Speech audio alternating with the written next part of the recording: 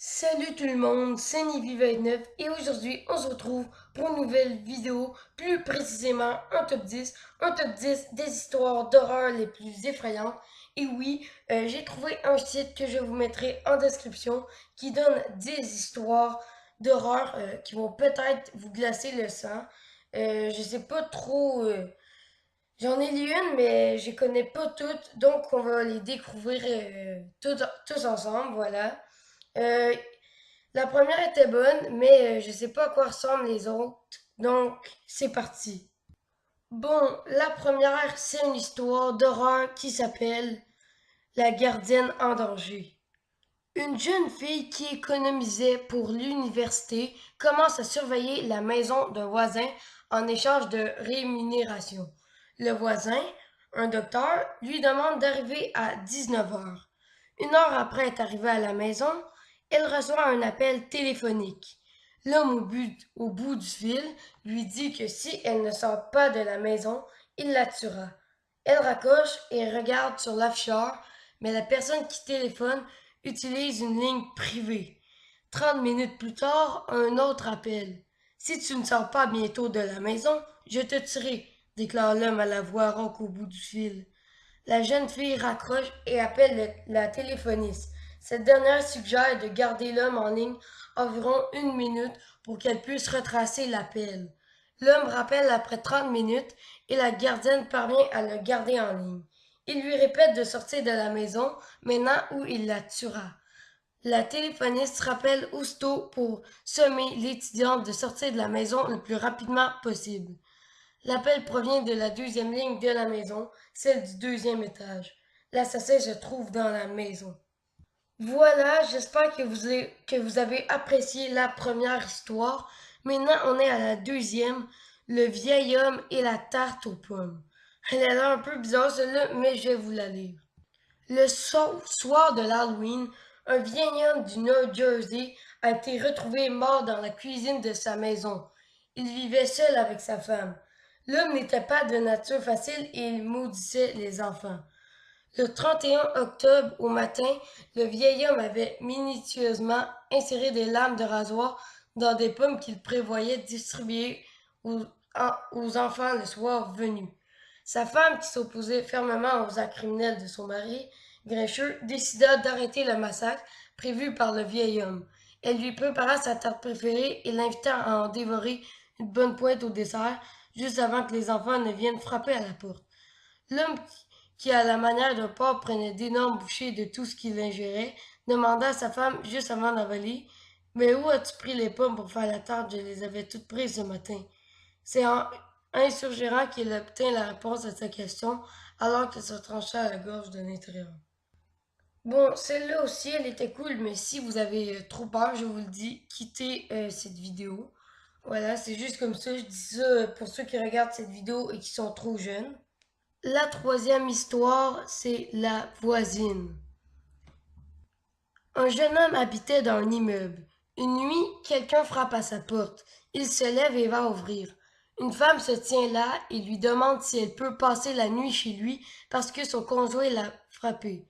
Elle le rassure en lui disant qu'elle a appelé sa famille et qu'ils viendront la chercher demain matin à la première heure. Le jeune homme lui donne une couverture et lui propose de passer la nuit sur le sofa. À son réveil, la couverture est pliée sur le divan et la jeune femme est partie. Il se prépare et part travailler. Le soir suivant, on cogne de nouveau à sa porte. La même femme est à sa porte, mais cette fois-ci, elle est marquée de coups au visage. Elle lui demande une seconde fois l'hospitalité. Ne pouvant qu'accepter, il lui propose de dormir au même endroit que la veille. Le matin, elle n'est plus là. Le même manège se reproduit tout au long de la semaine. Inquiet, le jeune homme se rend au poste de police pour expliquer la situation. L'agent lui montre une photo sur laquelle il reconnaît la femme. La police lui apprend que cette femme a été battue à mort dans son immeuble par son conjoint. Bon, celle-là, c'était plus une histoire, je sais pas comment vous dire ça, mais c'était pas tant horreur que ça. La quatrième, c'est la Dame Blanche. Bon, il y en a sans doute d'entre vous qui connaissent cette légende. En tout cas, moi, je la connais un petit peu. Il existe plusieurs versions de cette histoire. Selon des témoignages, elle aurait été vue autant en Europe qu'en Amérique. Voici l'une des nombreuses histoires la mettant en vedette. Prenons cette histoire puisqu'elle est racontée par un médecin, une personne qui a priori est plutôt réaliste et les pieds bien sur terre. Le témoignage date de 1967. Elle est vieux cette histoire, elle est vieille cette histoire. Après une longue journée de travail, le docteur rentre un soir chez lui sous une pluie battante. Il voit au bord de la route une jeune femme vêtue de blanc.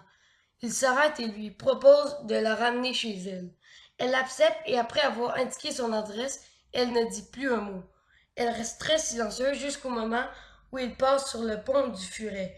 À cet instant, elle se montre agitée et effrayée.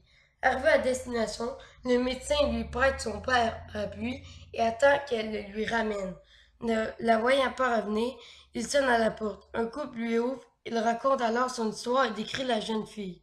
Le couple, visiblement très ému, lui apprend alors qu'il s'agit de leur fille unique ayant perdu la vie en moto au pont du Furet des années auparavant.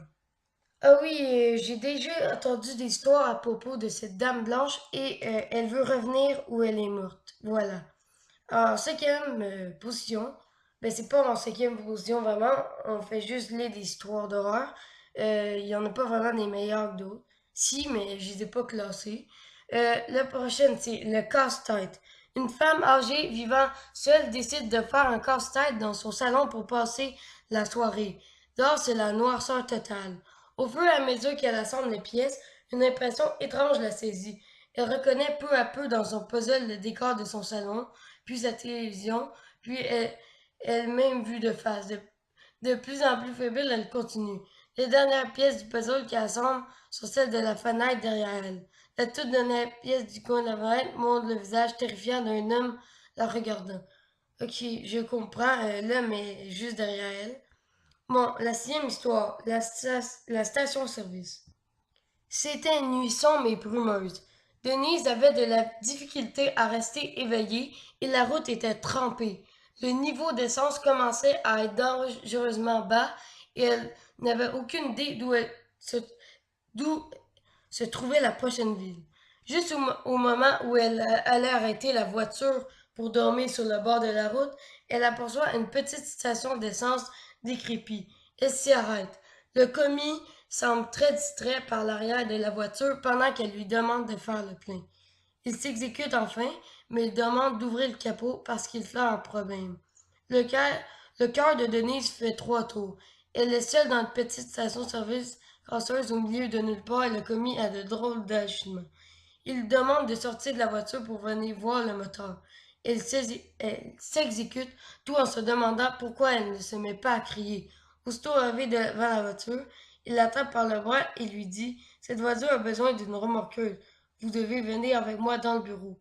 Puis, il lui met la main sur la bouche et l'entraîne de force à l'intérieur du bureau. Voit à l'intérieur et il lui dit: Il y a un homme couché sur la chaise arrière de votre voiture. Nous devrions appeler la police. La femme apeurée part en courant vers sa voiture et file à toute vitesse. Au bout de quelques minutes, Denise regarde dans son rétroviseur. Elle voit un homme avec un chandail à capuchon et une hache dans la main sur la banquette arrière. De mouvement de bras, il décapite la pauvre femme avec sa hache. Le cadavre de Denise est retrouvé quelques jours plus tard. Des années après ce drame, la police est enfin parvenue à mettre le grappin sur le tueur en série. Avez-vous regardé sur la banquette arrière de votre voiture? Bon, la septième histoire, c'est David McCallum et son jeu de Ouija. Quelques jours avant Noël 1995, dans le quartier de Mayfair à Londres, David McCallum aborde 2 écoliers âgés de 15 ans et leur propose de venir chez lui écouter du heavy metal. Les deux adolescents, Michael Rage et Stéphane Coulin, accros à cette musique, acceptent l'invitation et suivent ce nouvel ami de quelques années leur aîné. Une fois sur place, Miguel et Stéphane constatent que David vit dans un désordre indescriptible où des disques d'Iron Maiden et de Metallica côtoient une montagne de livres, tous concentrés au tueur en série Charles Manson. Au centre de la pièce se dresse un autre drapé de noir et orné à chaque extrémité de hauts cierges allumés. À ses invités, quelque peu interloqués, McCallum explique d'un ton paisible: Cet hôtel est celui de Satan. Mon ami Denis et moi-même vouons au diable un véritable culte. Il nous permet de communiquer avec les morts par l'intermédiaire du Ouija. Souriant, il désigne du doigt le plateau de jeu disposé au pied de l'autel et propose de faire une partie de Ouija. Intrigués, Michael et Stéphane acceptent. Denis arrive, les quatre jeunes gens prennent place assis à même le sol autour du plateau du Ouija et selon l'usage, chacun pose une main sur le triangle mobile placé au centre du jeu.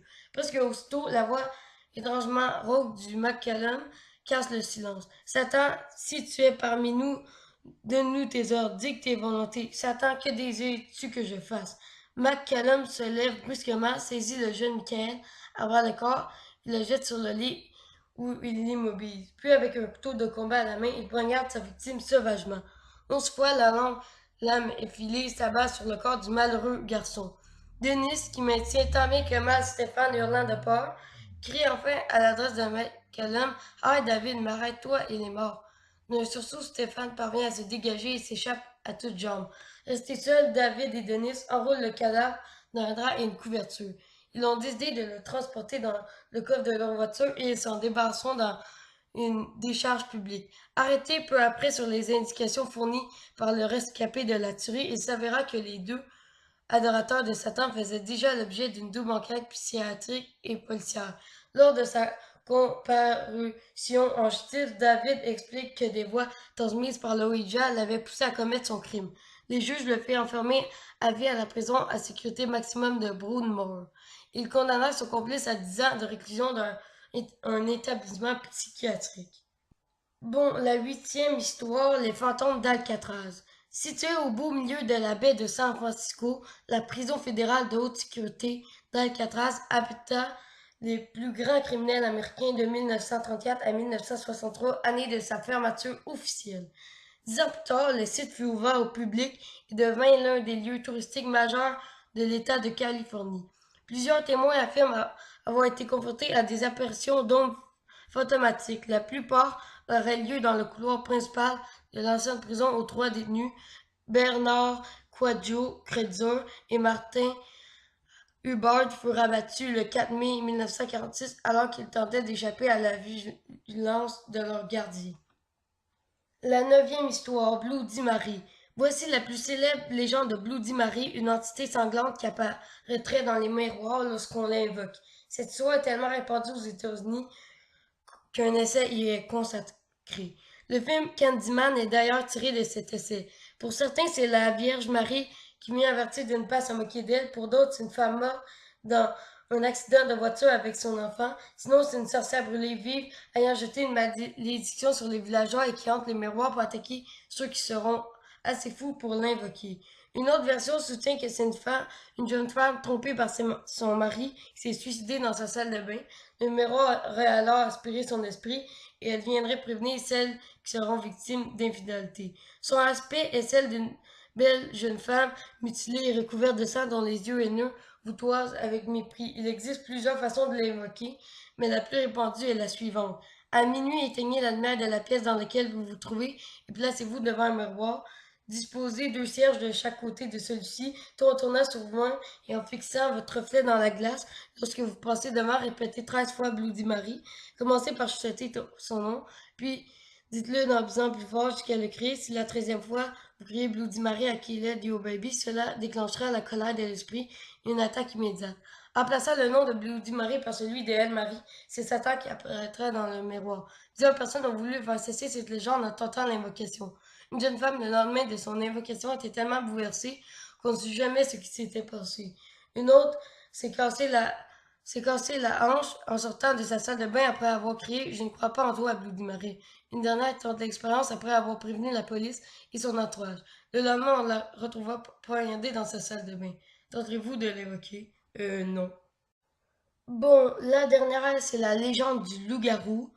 Selon la légende, lors des nuits de pleine lune, le loup-garou, ayant d'ordinaire une apparence humaine, se transforme en un loup énorme avec des sens super développés. Il acquiert les caractéristiques du loup, puissance musculaire, agilité, ruse et férocité.